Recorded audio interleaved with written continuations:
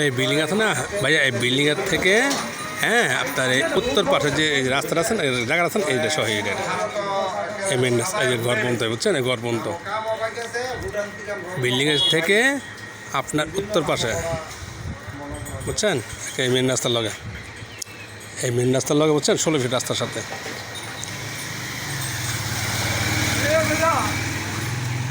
Running রাস্তা। হ্যাঁ, দোকানপাট আছে সামনে।